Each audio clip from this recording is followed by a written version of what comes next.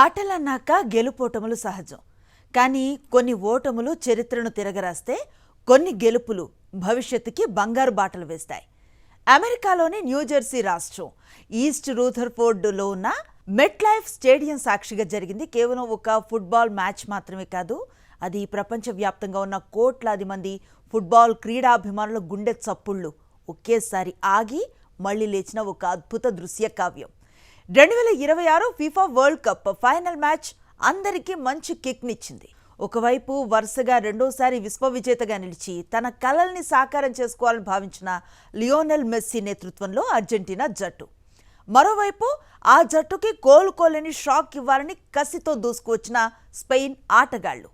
ఆట ఆరంభం నుంచి బంతిని తమ కంట్రోల్లో పెట్టుకుని అర్జెంటీనా డిఫెన్స్పై స్పెయిన్ నిరంతర దాడులు చేస్తూనే ఉంది. కానీ 90 నిమిషాల ఆట ముగిసే సమయానికి ఇరు జట్లు ఒక్క గోల్ కూడా చేయలేకపోవడంతో టెన్షన్ ఊహించని స్థాయికి చేరుకుంది.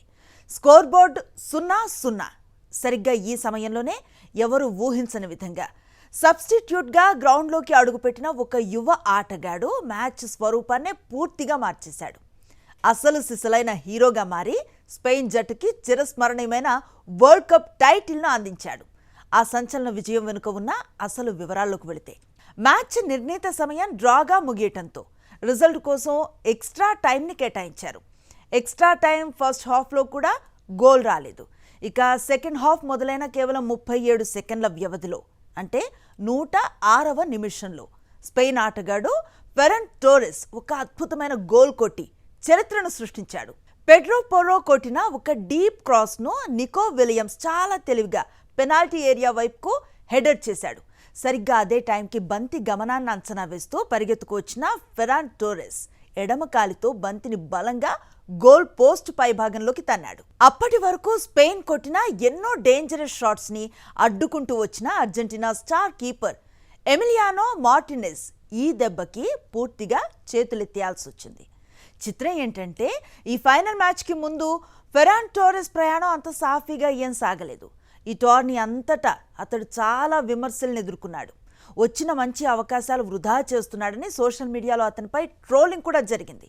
ముఖ్యంగా సౌదీ అరేబియాతో జరిగిన మ్యాచ్లో అతను చేసిన ఒక గోల్ను VAR రివ్యూ ద్వారా క్యాన్సిల్ చేయడంతో అతనిపై మరింత ఒత్తిడి పెరిగింది. అయితే ఎవరైతే తనను ట్రోల్ చేశారో వారందరికీ ఫైనల్ మ్యాచ్లో గోల్ కొట్టి సరైన సమాధానం ఇచ్చాడు. మ్యాచ్ తర్వాత player of the match award అందుకున్న టోరెస్ డెస్టినీ గురించి మాట్లాడుతూ, అర్హత ఉన్నవారికి దేవుడెప్పుడు న్యాయం చేస్తాడన్నాడు. ఎంత నిజం కదా. ప్రస్తుతం బార్సిలోనా క్లబ్ తరఫున ఆడుతున్న 26 ఏళ్ల ఫెరాన్ టోరెస్ గత సీజన్లో 49 మ్యాచ్లాడి 21 గోల్స్ నమోదు చేశాడు.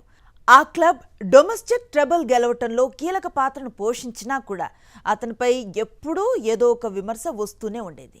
రాబర్ట్ లెవాండోవ్స్కీ క్లబ్ నుంచి వెళ్లిపోయిన తర్వాత కూడా ఫెరాన్ టోరెస్ను మెయిన్ స్ట్రైకర్గా చూడకుండా బార్సిలోనా వేరే ఆటగాళ్ల కోసం వెతకటం అతడి కెరీర్పై ప్రెషర్ని పెంచింది.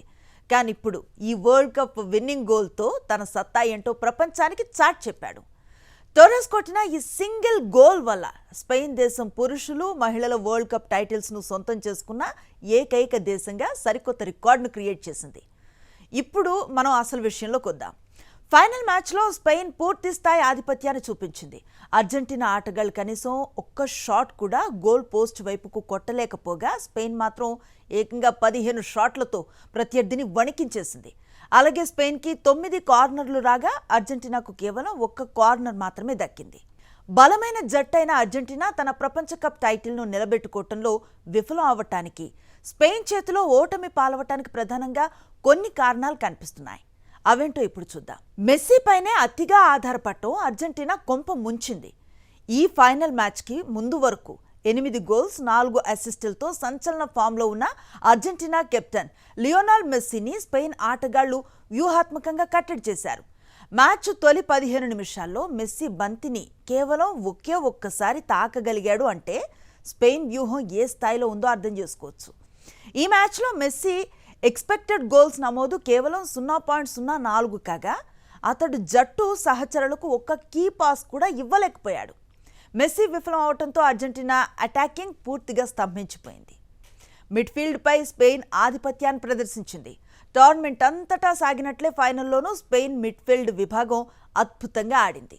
అర్జెంటీనాకు బంతిని కంట్రోల్ చేసే అవకాశమే ఇవ్వకుండా నిరంతరం ఒత్తిడిని పెంచారు. బంతిని శరవేగంగా పాస్ చేయటమే కాకుండా ప్రత్యర్థుల వద్ద నుంచి బంతిని తిరిగి దక్కించుకోవటంలో స్పెయిన్ మిడ్ఫీల్డర్లు చూపిన ప్రతిభ మ్యాచ్ స్వరూపాన్నే మార్చేసింది. ఇంతటి ఒత్తిడిలోనూ నిలబడిన అర్జెంటీనాకు సెకండ్ హాఫ్ స్టాపేజ్ టైంలో కోలుకోలేని ఎదురుదెబ్బ తగిలింది. స్పెయిన్ డిఫెండర్ పౌ కుబార్సీపై కావాలనే ఫౌల్ చేసినందుకు అర్జెంటీనా ప్లేయర్ ఎంజో ఫెర్నాండెస్కు రిఫరీ రెండో ఎల్లో కార్డ్ అంటే రెడ్ కార్డ్ ఇచ్చి గ్రౌండ్ నుంచి బయటకు పంపేశాడు. దీనివల్ల 10 మంది ఆటగాళ్లతోనే ఎక్స్ట్రా టైం ఆడాల్సి రావటం అర్జెంటీనా అవకాశాలని దెబ్బతీసింది. టోర్నీ మొత్తంలో కేవలం ఒకే ఒక్క గోల్ ఇచ్చిన బలమైన స్పెయిన్ డిఫెన్స్ను 10 మంది ఆటగాళ్లతో ఛేదించడం అర్జెంటీనాకు సాధ్యపడలేదు.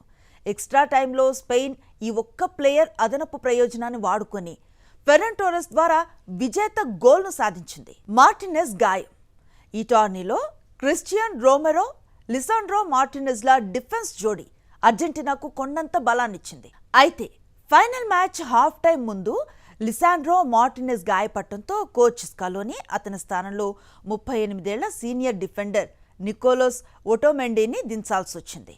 అంతకుముందు టోర్నీలో ఒక్కసారి ఆడిన ఒటోమెండీ రాకతో అర్జెంటీనా రక్షణ శ్రేణిలో సమతుల్యత అనేది లోపించినట్లుగా మారిపోయింది.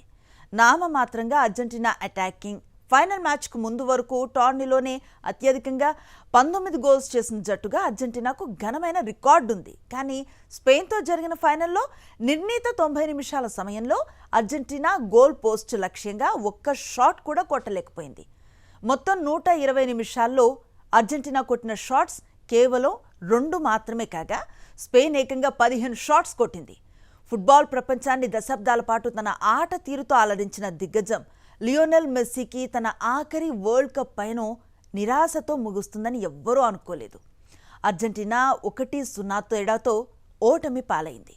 అయితే ఈ ఓటమిని తట్టుకోలేక 39 ఏళ్ల మెస్సీ మైదానంలోనే కన్నీటి పర్యంతమయ్యారు.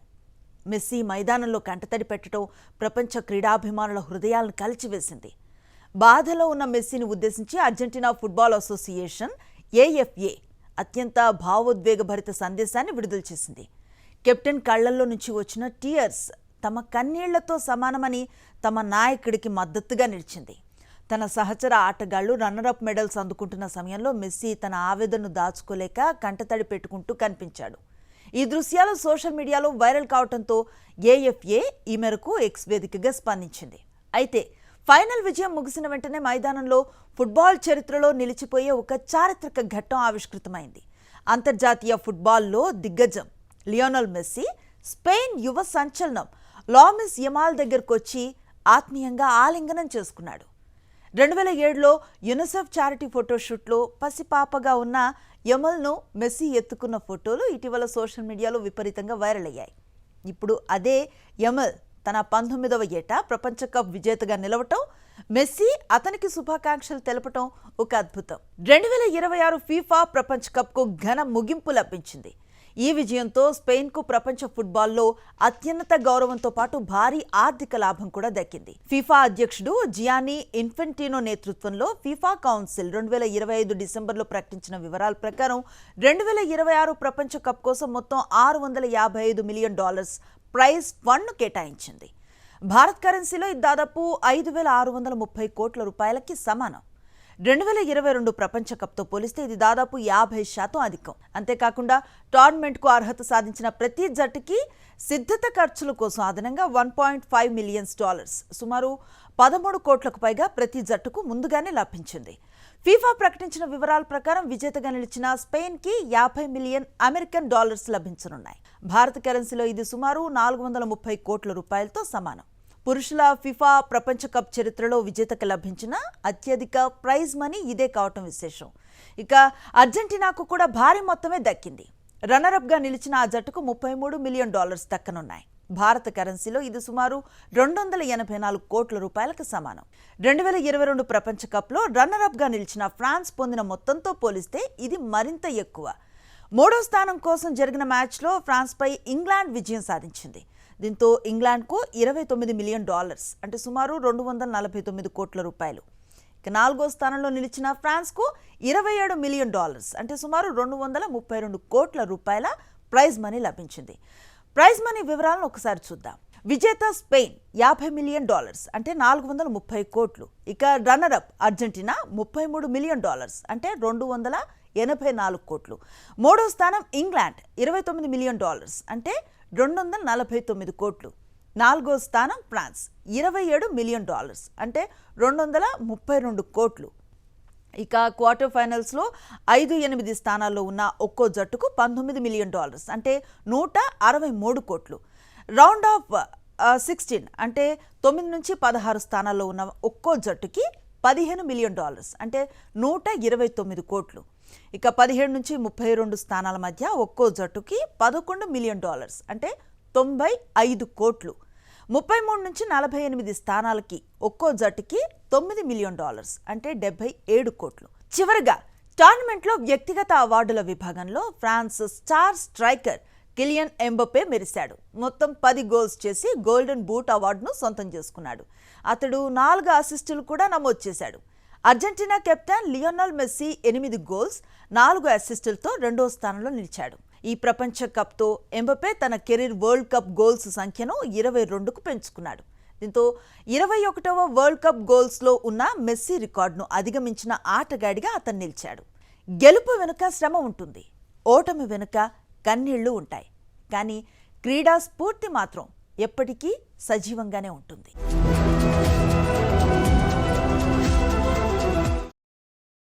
మరిన్ని అప్డేట్స్ కోసం ఛానల్ను సబ్స్క్రైబ్ చేయండి. నోటిఫికేషన్స్ కోసం బెల్ ఐకాన్ పై క్లిక్ చేయండి.